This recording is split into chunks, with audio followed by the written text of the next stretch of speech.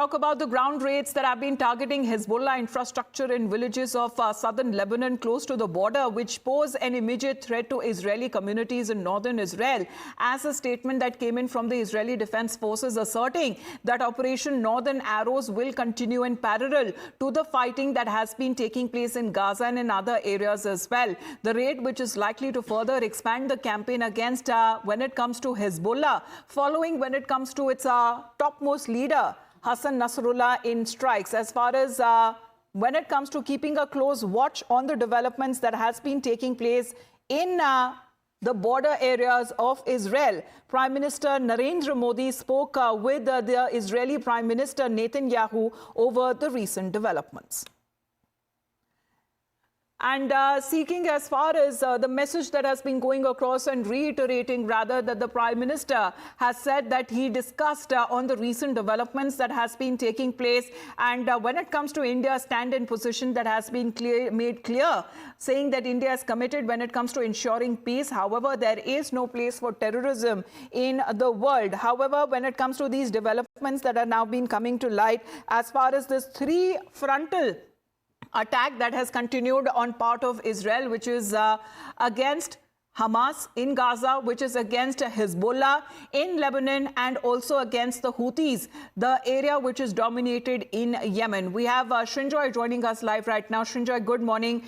First of all, as far as Prime Minister Narendra Modi having a word with the Israeli Prime Minister, what does it mean in today's geopolitical situation? And of course, the effects that it may have if there is a possibility of a full frontal war situation to develop in West Asia.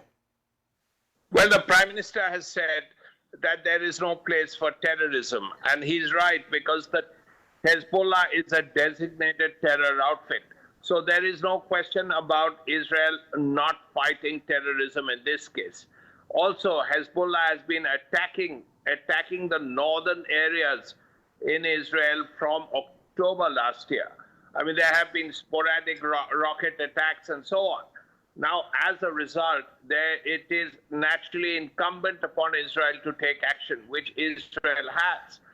Now, the ground attack has started, and it has started just now. How it will unfold is something that has to be seen. But there are two things that have to be taken into account, two or three.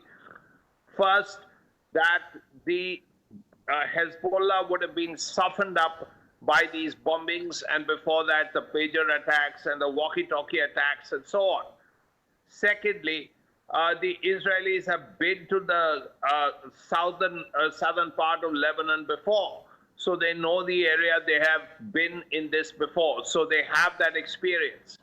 Thirdly, on the other hand, the Hezbollah is perhaps one of the strongest non-state forces of all time. It had at least over 200,000 rockets. Now that's substantial. And they are better trained, better armed than the Hamas. So it is not going to be easy at all.